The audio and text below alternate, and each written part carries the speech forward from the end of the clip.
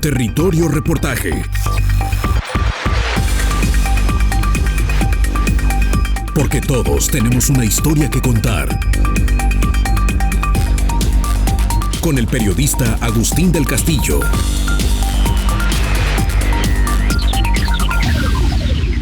La espectacular explosión del aguacate mexicano ha sido vendida mediáticamente como el triunfo del libre comercio. Un país tiene un fruto domesticado miles de años atrás por sus culturas ancestrales, el cual posee ingredientes variados que conforman un alimento de alto valor nutricional. Y muchos mercados externos, en especial el que conforma la mayor potencia económica de la tierra, lo valoran. Alcanza auge, el negocio se expande, se abren miles de huertas en el país nativo, pero millones lo consumen al otro lado de la frontera. Entonces se da la transacción en la que todos ganan prosperidad, aunque hay que corregir detalles colaterales, especialmente el ambiental. Fin de la historia. La realidad de lo que sucedió es bastante diferente en los matices. Al conocerlo, podríamos decir que la historia es el triunfo del monopolio y el monopsonio. Es decir, solamente un grupo, los aguacateros de Michoacán y su expansión a Jalisco, produce para el mercado de los Estados Unidos, y solamente una asociación, los aguacateros de California, que en este relato se denominan Calavo, California Avocados, son los que manejan el mercado estadounidense, es decir, un solo comercializador con multimillonarias ganancias. ¿Y cómo esto es posible? Porque los intereses de Calavo y los de la Asociación de Productores de Aguacate de Michoacán están alineados. No hay, pues, tal historia de éxito de capitalismo para emprendedores con reglas parejas, sino de astucia y control que muchas empresas logran cuando se mueven entre países soberanos. ¿Quién mejor para relatarnos estos detalles que un exsecretario de Agricultura del gobierno mexicano, titular de la cartera durante dos gobiernos diferentes, los de Vicente Fox Quesada y Felipe Calderón Hinojosa, cuando despegaba el espectacular modelo de negocios y las plantaciones crecían a costa de tierras de cultivo tradicionales y de forma ascendente de los bosques templados de Michoacán y Jalisco? Este es el testimonio del empresario Francisco Mayorga Castañeda.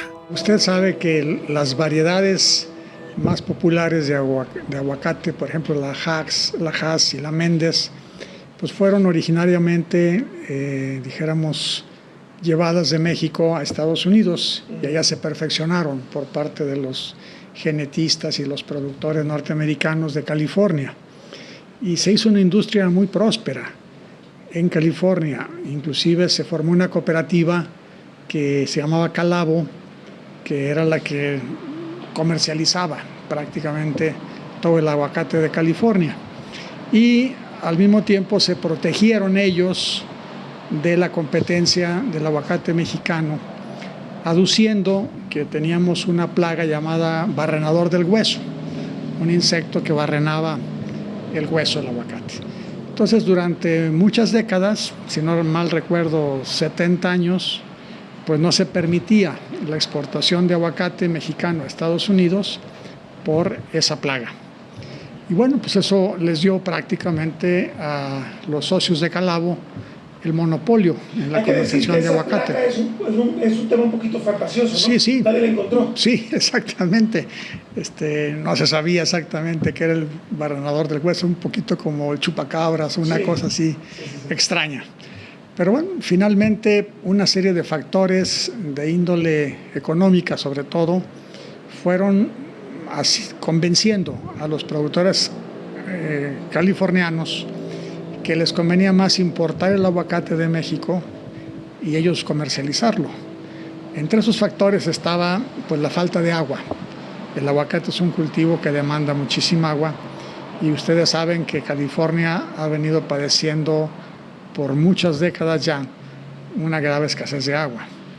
Luego tenían el tema de la mano de obra. También se necesita mucha mano de obra para cosechar, empacar, procesar el aguacate y es demasiado caro.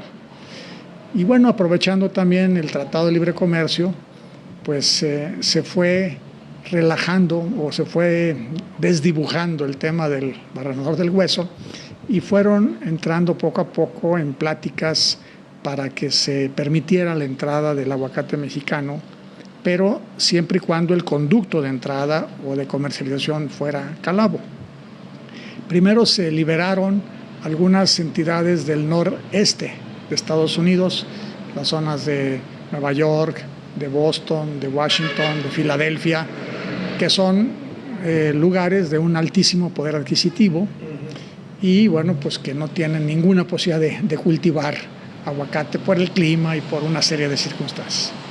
Y poco a poco se fue, dijéramos, extendiendo esa zona hasta abarcar al final a todo el territorio norteamericano.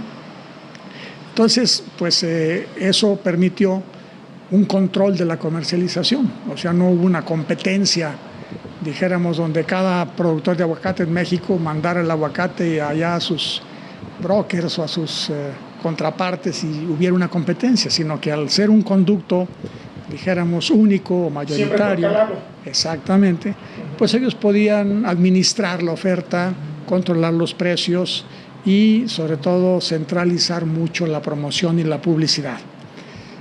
Entonces, bueno, Calavo y los productores de Michoacán, APEAM, la Asociación de Productores de Aguacate del Estado de Michoacán, pues hicieron una especie de alianza donde inclusive pues Calavo tenía, dijéramos, inversiones en algunas empresas mexicanas y APEAM, junto con Calavo y con apoyo del gobierno mexicano, hacían la promoción del aguacate en exposiciones, en degustaciones y sobre todo la estrella de la corona, que era el Super Bowl.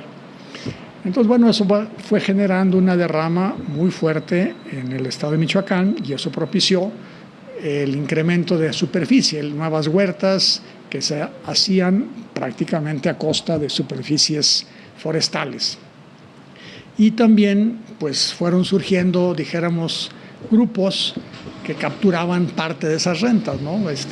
Grupos delictivos que ya tenían allí algunas raíces, pues fueron aprovechando esos grandes márgenes, ese orden en el mercado del aguacate y bueno, pues a cambio de vender protección o cobrar derecho de piso o amenazas o extorsiones, pues fueron fortaleciéndose y fueron pues llevando a sus arcas unas enormes cantidades de dinero.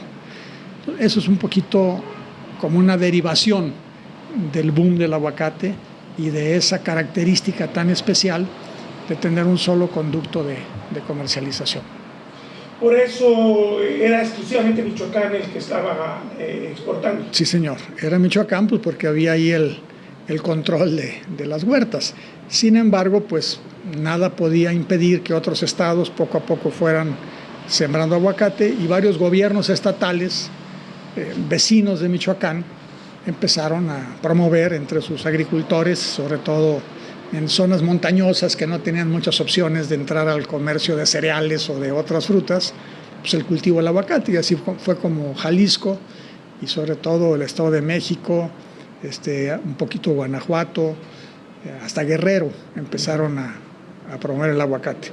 Jalisco fue un caso especial porque, dada la cercanía geográfica y las condiciones muy similares de suelo, de clima, altitud, temperatura, pues hicieron que algunos de los productores michoacanos que ya no podían crecer en su estado por cuestiones de seguridad o por cuestiones de cambio de uso del suelo, pues empezaron a venirse a Jalisco. Y con la ventaja de capitalizar aquí pues toda una larga historia de desarrollo del cultivo. Entonces, dijéramos, hoy por hoy Jalisco tiene plantaciones más modernas, más productivas en todos sentidos que las originales plantaciones de Michoacán. El investigador de la Universidad Michoacana de San Nicolás de Hidalgo, Alberto Gómez Tagle, uno de los estudiosos más reconocidos del tema, señala que el éxito del producto en los mercados de primer mundo es el combustible para la expansión de la frontera aguacatera, no nada más en México. Muchos países se sumaron a esta fiebre por los avocados o paltas. Es un hecho que el mercado de aguacate está creciendo. ¿Por qué? Porque económicamente es muy rentable, nutritivamente es muy importante. Entonces, el último reporte que yo tenía es que existen más de 35 países con una producción de al menos 10,000 toneladas anuales. El país donde más está creciendo, además de México, es Colombia, junto con otros países sudamericanos, Perú y Ecuador, al mismo tiempo que Brasil. En Asia hay incremento de la superficie cultivada de aguacate en Indonesia, en Vietnam, en China, hasta donde sé, en la India también, en las zonas tropicales y subtropicales de la India, en África, en Kenia y en Sudáfrica, y en Europa inclusive hay un proceso de suplantación de los huertas tradicionales de naranjo en la zona mediterránea de Italia, Grecia, España y Portugal, donde existen climas suficientemente adecuados para el cultivo de aguacate por plantaciones de aguacate. Incluso yo he tenido contacto con diferentes investigadores de aquellos países referente y me preguntan sobre el tema hidrológico, sobre este mismo tema. Entonces se prevé que el consumo de aguacate incremente. El mercado chino es un mercado muy importante y sin embargo es un mercado que no tiene como este nivel de regulación. Existen trabajos, por ejemplo, de impacto hídrico y de huella hídrica. El aguacate chileno que se está produciendo actualmente va a dar a Europa, al norte de Europa, a Escandinavia, Noruega, Suecia y Dinamarca, y estos países están requiriendo certificaciones ambientales y reducciones de consumo de huella hídrica para que puedan ellos aceptar este tipo de productos. Sin embargo, hay otros países que no van a tener este nivel de rigidez. Entonces es una buena noticia para quienes van a producir en condiciones de conciencia socioambiental para los países que se lo están exigiendo, y puede ser una mala noticia para muchísimos de los ecosistemas, porque incluso en República Dominicana leí una noticia hace algunos meses en los que los personas del gobierno de República Dominicana mencionaban que la sierra, la reserva natural del Bauruco estaba siendo reforestada con árboles de aguacate. Entonces es un problema en el que una zona de conservación natural de bosques nativos acabe como una plantación de aguacate. El caso de Portugal y el caso de España va en el sentido de los altos consumos de agua que tiene el aguacate dependiendo de las condiciones climáticas, y esto puede modificar los patrones de uso y consumo de agua de ciertas regiones y puede generar conflictos sociales como los que generó en Chile y que puede estar generando o que está generándose actualmente en el centro de México, específicamente en el estado de Michoacán. Me encuentro en una de las orillas de Ciudad Guzmán y esto es un paisaje cada vez más común. La existencia de huertos y de grandes almacenes de empaques de aguacate para el mercado de exportación. En particular, esta región de México, antes del año 2022, ha hecho su mercado boyante tanto en la Unión Europea como en Asia. Un medio de Dinamarca que se llama Danwatch nos ha pedido hacer un ejercicio que es muy interesante. Ha identificado una serie de empaques que históricamente han mandado aguacate a ese país nórdico y quieren saber si estas empresas tienen manera de garantizar que no hay huella ecológica, que no hay un daño ambiental sobre cada pieza de aguacate que llega a las mesas de los daneses. Podemos llegar a la conclusión de que ninguna lo puede probar, porque hemos estado tocando puertas tanto en Ciudad Guzmán como en Gómez Farías, en el caso de Jalisco, en San Gabriel, o en Uruapan y toda la región de la meseta purépecha en Michoacán, y normalmente es pedir que se haga una cita, hacer largas para no enfrentar la pregunta fundamental. Las asociaciones de aguacateros, tanto de Jalisco como de Michoacán, tampoco tienen la certeza plena, simplemente piden paciencia porque están avanzando en un proceso de certificación y de trazabilidad para garantizar que el aguacate no sea una historia más de devastación ambiental y hay que decirlo también criminal, porque estamos en territorios controlados por cárteles como el cártel Jalisco Nueva Generación o los cárteles michoacanos en la región de la meseta purépecha. ¿Cómo podemos garantizar que el aguacate que llega a estos mercados internacionales no tiene estos rastros de sangre y de devastación? Es justamente la gran pregunta que marcará el derrotero de este valiosísimo comercio internacional de México en los próximos años.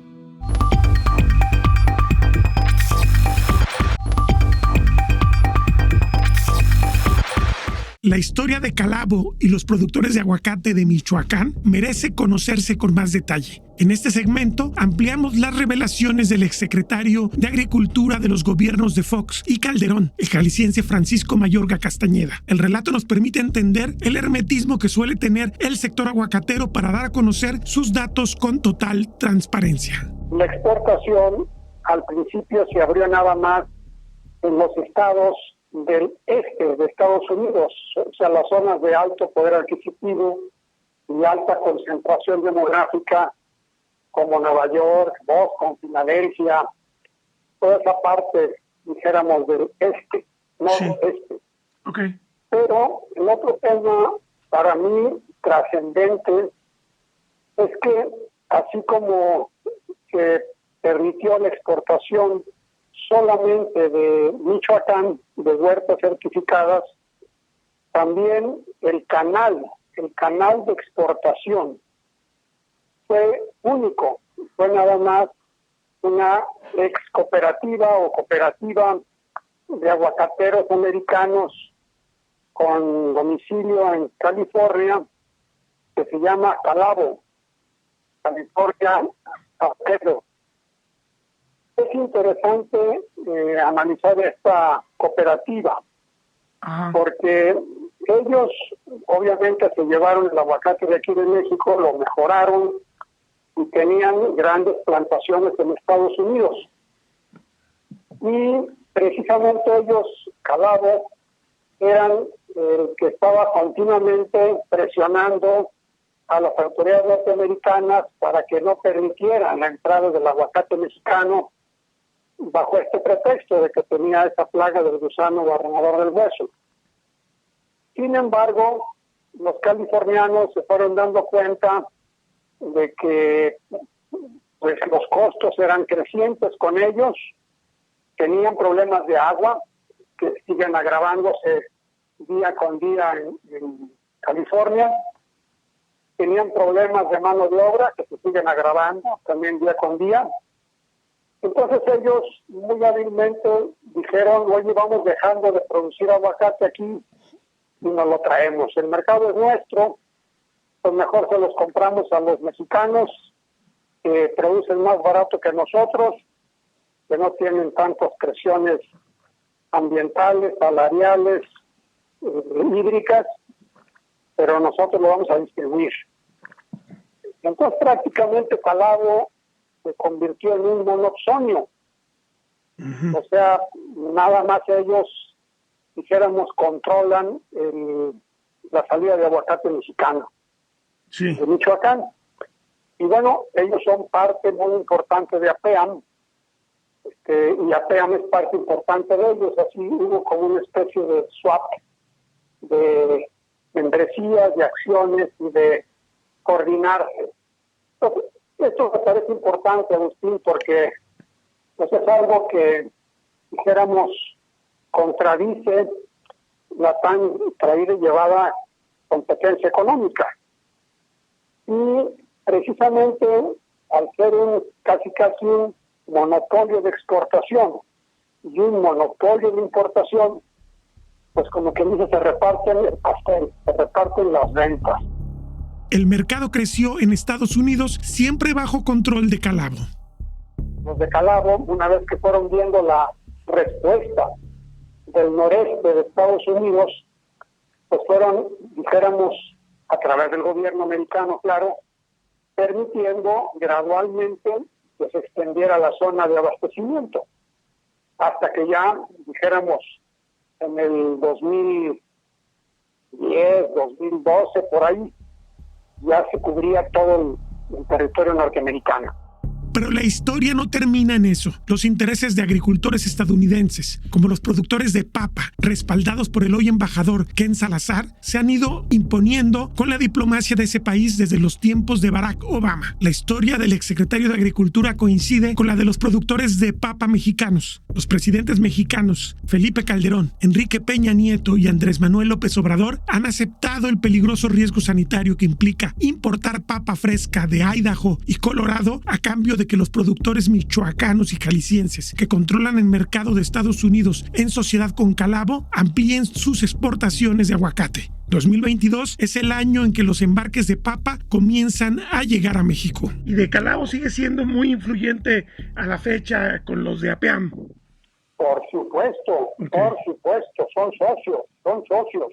Okay. Inclusive, pues los millones, aquí Agustín, los millones de dólares que se necesitaron al principio, sobre todo para publicidad, para entrar al Super Bowl, para tener unos cuantos minutos de publicidad en la televisión norteamericana, pues ese dinero lo aportó Calavo al principio, los aguacateros mexicanos no tenían. Ahora ya es un recurso que se comparte y son muchos millones de dólares.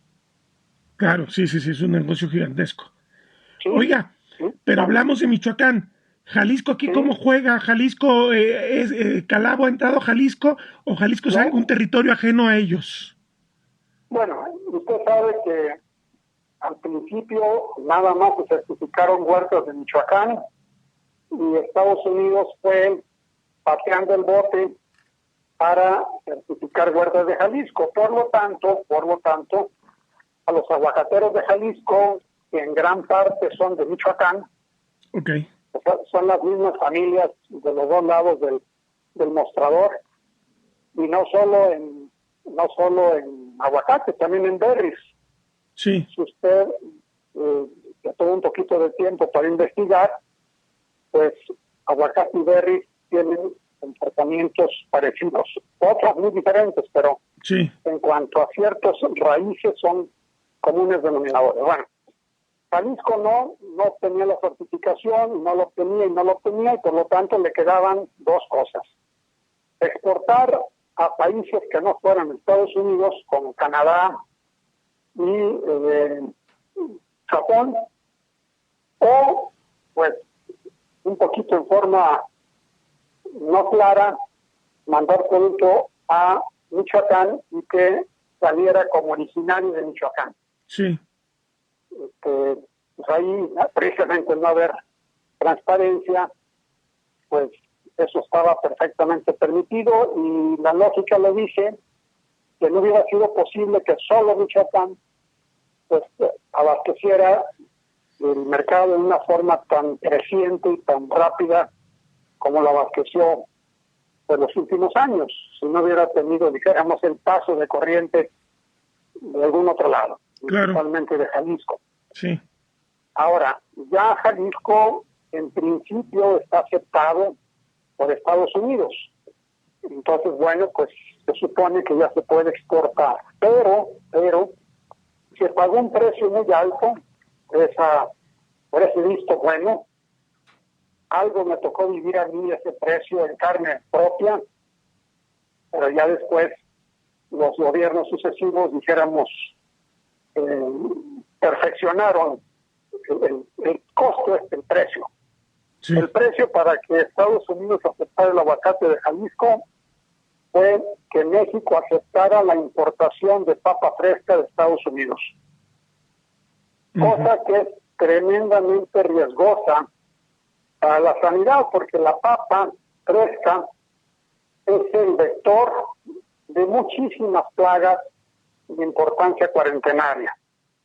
Y prácticamente ningún país comercia papa fresca, precisamente porque es casi imposible quitarle todos los residuos de tierra, como es un cultivo subterráneo. Ya ve que la papa tiene como unos ojitos, como unos agujeritos. Así es.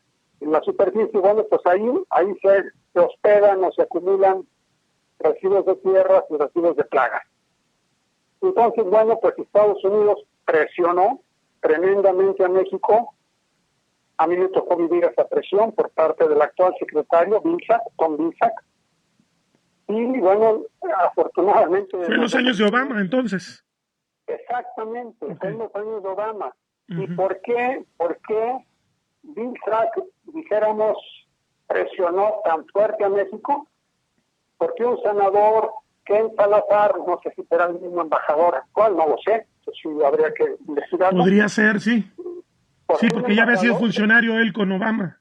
Bueno, pues ese señor Ken Salazar de Idaho condicionó el voto de Idaho para la reelección de Obama a que México abriera la frontera de papa fresca. Entonces, la presión fue brutal. Un servidor se pudo sacar la bronca porque yo le dije al secretario Vilcek, nos reunimos en Mérida, dije, secretario, yo no puedo acceder a lo que usted me dice, pero no me cierro. Le dije, a lo mejor mi dirigente está mal o mis expertos están mal. Le dije, vamos nombrando un panel internacional que revise toda la problemática de la papa y nos diga si México corre riesgo o no corre riesgo al dejar entrar la papa. Aceptó Vilcha que hace esa salida y nombramos 3 panelistas. Entre ellos había, creo que un holandés, un antillano, en fin, ni mexicano ni americano. Sí. Eran 3 panelistas, dijéramos que no tuvieran nada que ver, y después de un trabajo muy profundo de más de 8 meses, emitieron su dictamen. Y el dictamen fue que sí, que México corría riesgos graves al dejar entrar la papa fresca a su territorio. Entonces, pues, yo fui a Washington, inclusive estuve en una reunión con el secretario Vilcek en USDA, me acompañó el embajador Sarukhan, vimos el fallo de los 3 panelistas, y el secretario Vilcek lo negó. Dijo, no, al revés, el fallo nos da a favor a nosotros, total. Se puso una enojada tremenda, Agustín, que levantó de la mesa y se fue de la reunión.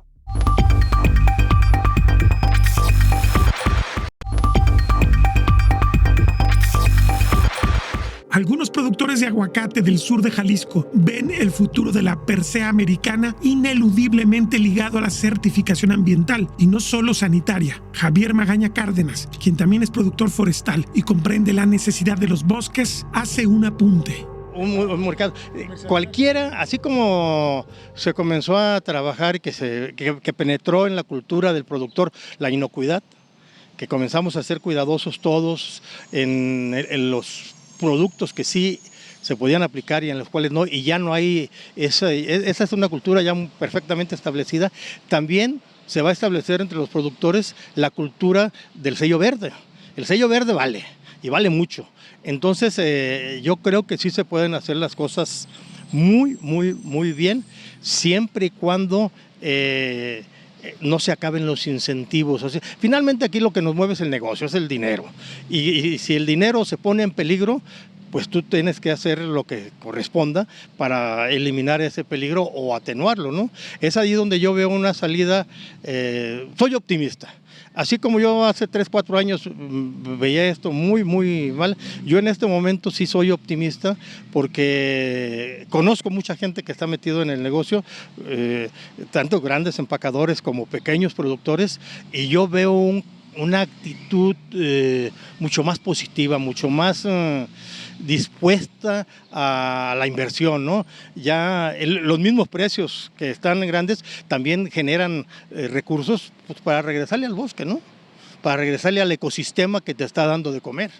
Ahora, estamos en la paradoja de que tendrá que ser esa solución vía mercado y vía los productores, porque parece que el gobierno mexicano, que el Estado mexicano está más débil que nunca para aplicar el Estado de Derecho. Estamos en una cuestión que el voluntarismo, la conveniencia de este entramado económico va a ser el que termine dando soluciones, ¿no? Mira, en este tema, como en todos los grandes temas que impactan a la humanidad, ya no digamos a México, la autocontención es el único camino para solucionar las cosas. En este caso en particular, yo estoy de acuerdo contigo, el Estado mexicano no solamente está débil, no le interesa, no le interesa, pero los procesos económicos también llegan a hay autocontención y es lo que yo estoy observando, por eso mi optimismo tiene una base real, ¿no?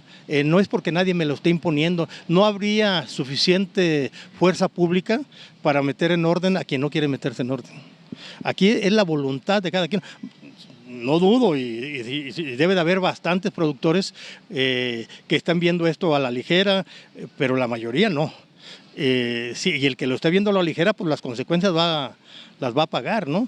Yo insisto, las organizaciones nacionales son fuertes, la red de empacadores pues es muy conocedora del mercado. No vas a encontrar a nadie que no conozca perfectamente lo que está sucediendo en los mercados internacionales como para no tener conciencia de lo que tiene que hacer hacia atrás para garantizar la permanencia de su negocio, ¿no? ¿Cómo se neutralizó los impactos de la revolución industrial? Pues porque comenzaste a salirte del esquema y comenzaste a correr peligro, ¿no? Entonces, aquí hay, el que no se alinee, se puede salir del mercado. Y nadie se... ¿Va a ser castigado por el mercado? El mercado, mira, yo sé que los mercados deben ir de la mano del Estado, ¿no? Pero en ocasiones el mercado es el que marca la pauta. Y en este caso en particular, el mercado es el que está marcando la pauta. ¿Es difícil entrar a la producción de aguacate? ¿Qué implicaciones productivas y qué inversiones requiere? Un pequeño productor da su testimonio. Tenemos unas tierras desde mi abuelo de 1970. A partir de ahí se ha venido la producción, pues teníamos durazno, ya la evolución del cultivo ahora hizo que nos cambiáramos al aguacate, pero seguimos conservando el durazno. ¿Cuáles son los factores que determinan que un productor diga este es el producto que vale la pena ahora? ¿Cómo toman la decisión? Pues en base al mercado, con los conocidos se va uno dando cuenta cuáles son los cultivos que hay que ir pues innovando, cambiando para seguir manteniéndonos pues como agricultores. Ahora, describe un poquito la producción de aguacate que tienen ustedes, qué superficie tienen, cuánto están produciendo más o menos por hectárea, hacia dónde están mandando, quién les está comprando, cómo es esa cadena, pues. Pues somos pequeños productores, aproximadamente 15 hectáreas en producción. Hay huertas que tenemos de diferentes edades y pues ahorita ya casi todas están en producción. La venta se realiza a un empaque. Ese empaque pues empaca nuestra fruta y ellos ya la exportan al mercado internacional. ¿Siempre se trabaja solamente para un empaque o es al mejor postor? Siempre buscamos el mejor postor, siempre tratamos de que haya. ¿Venden al mismo empaque? No, son diferentes clientes. Esta es la regla, ya saben ellos que, o sea, no hay que te doy un adelanto para que me des la producción a mí como ocurre con otros. Sí, no hay ningún contrato con ningún empaque hasta el momento, pues no tenemos ningún contrato con ningún empaque. Nosotros le podemos vender la fruta a quien nosotros querramos. Ahora, cuando ustedes empezaron, me dices que hace 12 años, ¿cómo estaba el mercado y sobre todo si ustedes pensaban que iba a tener el éxito que tiene ahora el aguacate? Pues empezábamos a ver que llegaban productores de Michoacán. Fue cuando empezamos nosotros también a cambiarnos al cultivo, empezamos a plantar sin saber nada del aguacate, del cultivo, de la comercialización, nada, absolutamente nada. Sobre la marcha empezamos a ir conociendo, ir aprendiendo y pues tratamos siempre de producir de la mejor calidad. Cuando empezaron a producir, ¿cómo consiguieron la planta? ¿Cómo se daba ese proceso para establecer la huerta y qué tan caro es establecer una huerta? Pues en ese tiempo, bueno, casi ahorita sigue el mismo precio de la planta establecido. Es un precio comercial que tienen pues todos los viveros.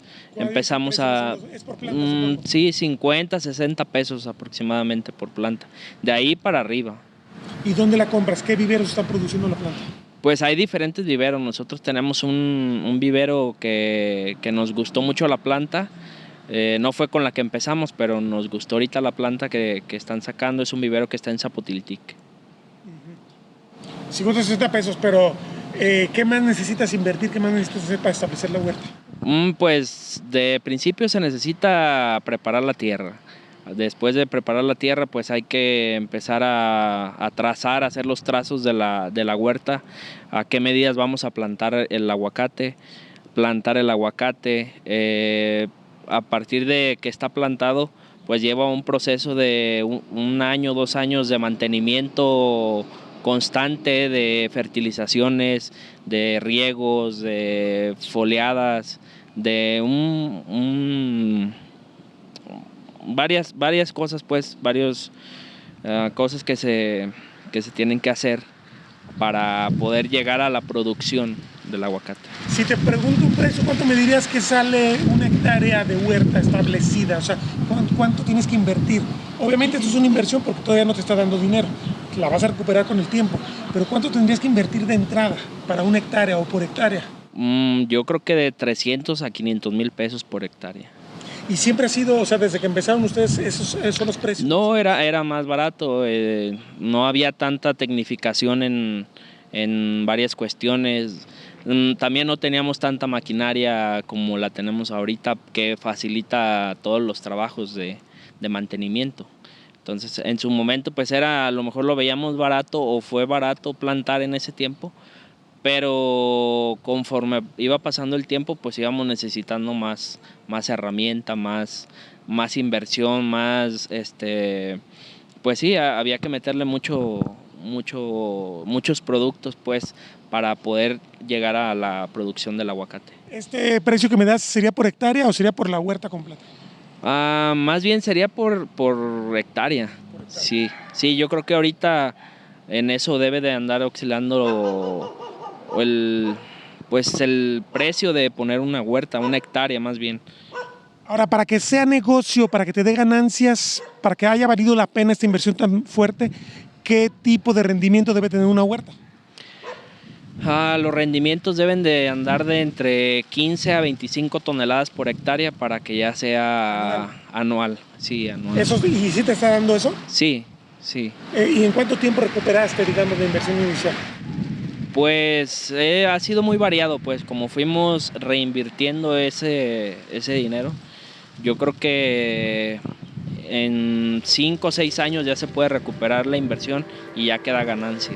No es el único boom que ha vivido el sur de Jalisco, pero sin duda el más importante que se recuerde en muchas décadas. En realidad el durazno se nos empezó a complicar,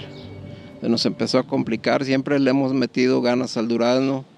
No lo hemos dejado del todo, pero vimos que había más oportunidad en el aguacate. El aguacate nunca se había cultivado en esta región del país, ¿verdad? Sí, mi papá tenía aguacate, en su tiempo plantó algunos árboles, que todavía los tenemos de 45, 50 años, pero son pocos, pues. ¿Y son de la misma variedad que se está comprando? Es la misma variedad de Hass. Y otra variedad que se llama Fuerte también. Pero sí, ya en la región sí había producción de aguacate, muy leve, pero sí había. Pero a final de cuentas eso era para que la gente regional consumiera, ¿verdad? Sí, era local, sí. Ahora ya estamos en un escenario muy distinto. Quiero que me platique, comparando un poco lo que es el negocio ahora del durazno y el negocio del aguacate, que me los compare. ¿Cuánto me da una hectárea en buena producción de durazno contra una hectárea en buena producción de aguacate? Pues mira, yo la verdad tengo nada más 2 hectáreas de durazno, y la ventaja de eso es que yo lo vendo al menudeo. O sea, me produce muy bien, el árbol me carga muy bien, tenemos buena calidad de durazno. No te podría decir qué sería mejor ahorita, porque pues ya me metí a plantar aguacate, pero yo el durazno no lo voy a dejar, o sea, me va bien con el durazno. Ahora, ¿cómo ve el futuro? ¿No cree que en México decimos que cuando a alguien le va bien vendiendo algo, después los vecinos empiezan a hacerlo y ya después le dan en la torre al mercado porque todo el mundo produce lo mismo? ¿No ve un riesgo de que esto pueda ocurrir con el aguacate? Pues sí hay demanda de plantación, pero pues si nos ponemos a ver, en el mundo ya somos muchos y hay que comer.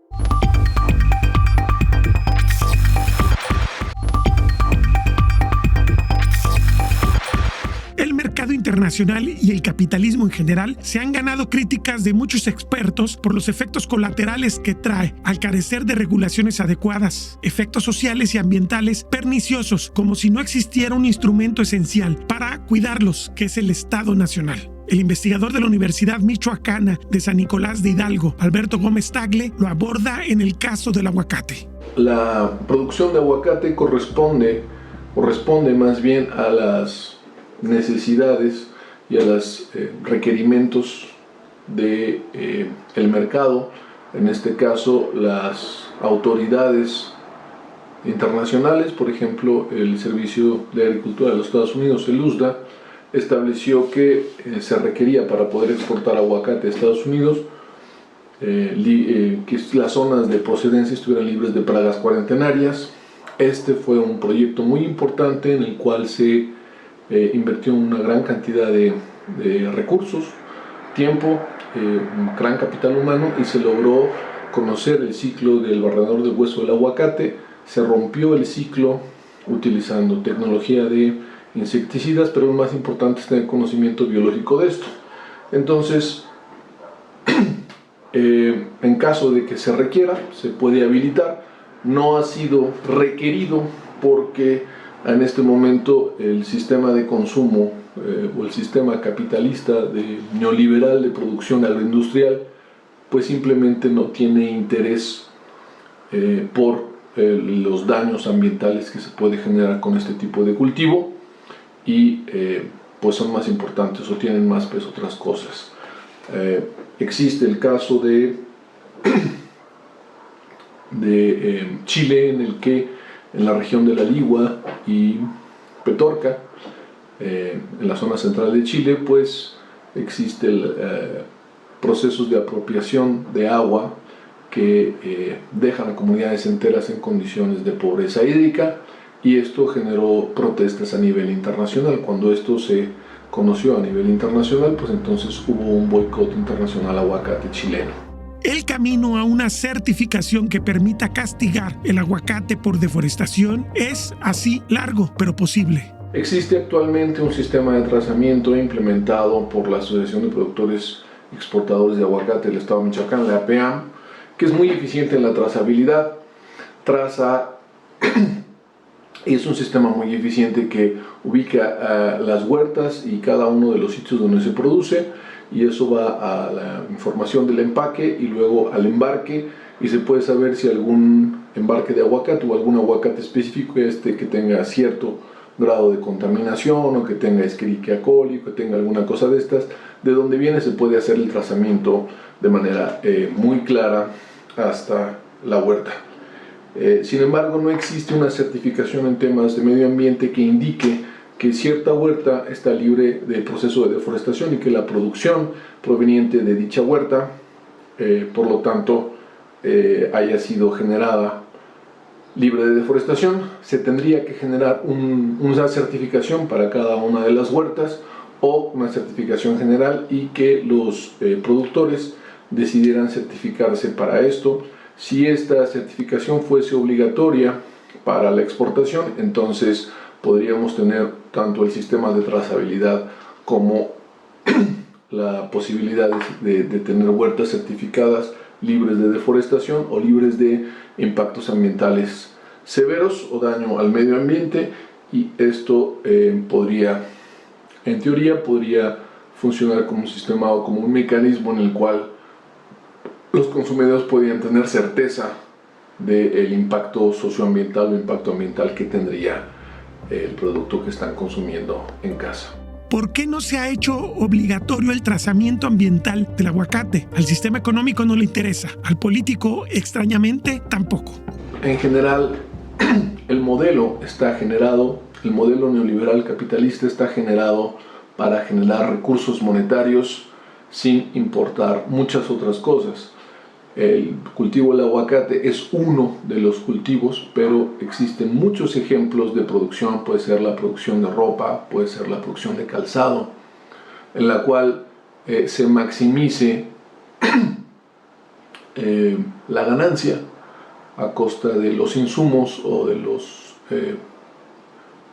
implicaciones socioambientales que puede tener. Por ejemplo, el caso del uso de mano de obra infantil o jornaleros, este tipo de cosas, pues bueno, están contempladas dentro del modelo neoliberal. Recordemos que el capitalismo imponía a los niños en 1800 en Inglaterra jornadas de trabajo de 16 horas. No importaba la dignidad humana, no importaba la infancia. Lo que era importante dentro de la estructura capitalista es maximizar la producción y minimizar los costos. Entonces, ese es uno de los puntos clave de la producción capitalista, y mucho de esto es retomado dentro de la conceptualización neoliberal. Entonces, ¿qué es lo que tiene que ser? Los gobiernos, las estructuras gubernamentales, los estados, en este caso deben de ser garantes de el bienestar social, el bienestar ambiental por arriba del interés particular, y eso es lo que debería estar ocurriendo. ¿A quién no le conviene? Pues a quien está inmerso y quien está obteniendo beneficios en esto, en cualquier producción de tipo neoliberal capitalista. Es un modelo muy extendido a nivel internacional, fue adoptado por México durante los últimos 30 años, pero está comprobado que social y ambientalmente es un modelo que genera una gran inequidad y grandes desigualdades. Es complicado saber por qué los políticos mexicanos no consolidan instituciones ambientales para vigilar a los productores de este mega negocio, pero lo cierto es que la respuesta ha sido debilitarlas. Es una pregunta muy complicada de responder. El por qué, pues realmente no tengo una respuesta de por qué eso debería hacerse una pregunta. Yo trabajo dentro del ámbito académico, debería ser a las autoridades. Lo que sí sé es que existe una debilidad del marco legislativo. La ley mexicana, por ejemplo, está retrasada por lo menos 20 años en la actualización respecto al uso de plaguicidas y de agroquímicos. Por normatividad tiene que hacerse una revisión periódica, y esta revisión periódica no se ha estado llevando a cabo de manera adecuada, entonces la normatividad al respecto está desactualizada. Entonces esta es una de las razones. Otra de las razones es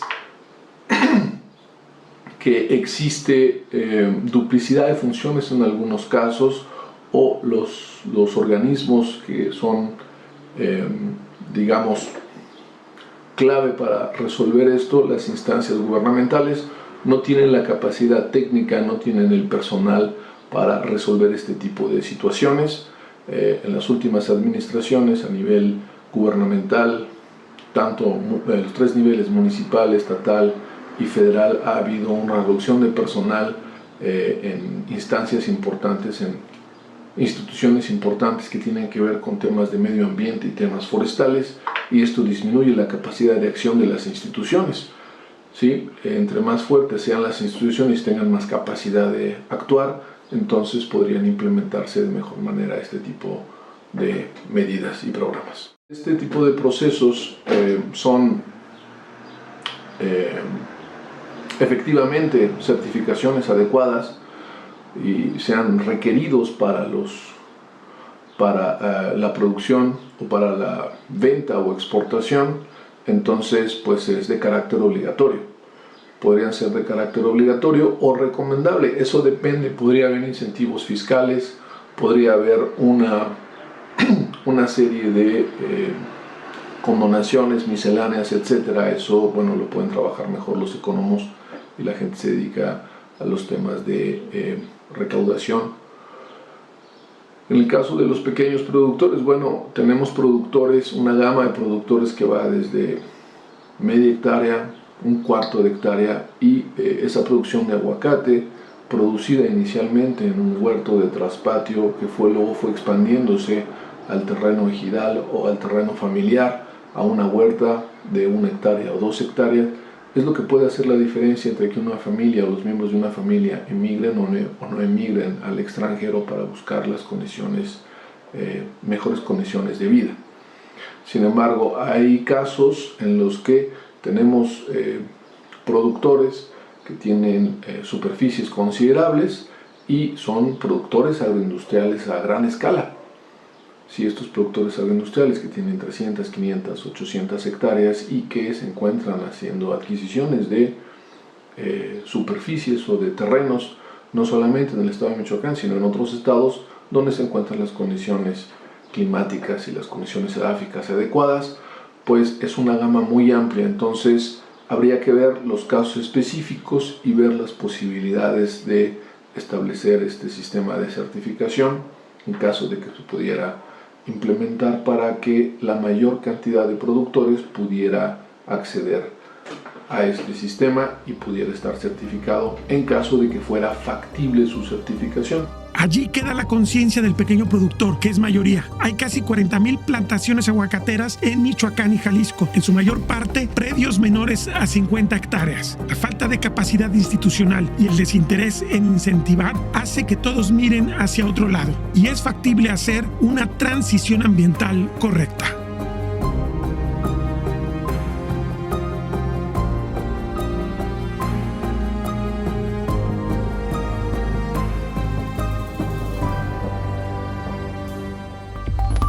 Territorio Reportaje. Porque todos tenemos una historia que contar. Con el periodista Agustín del Castillo.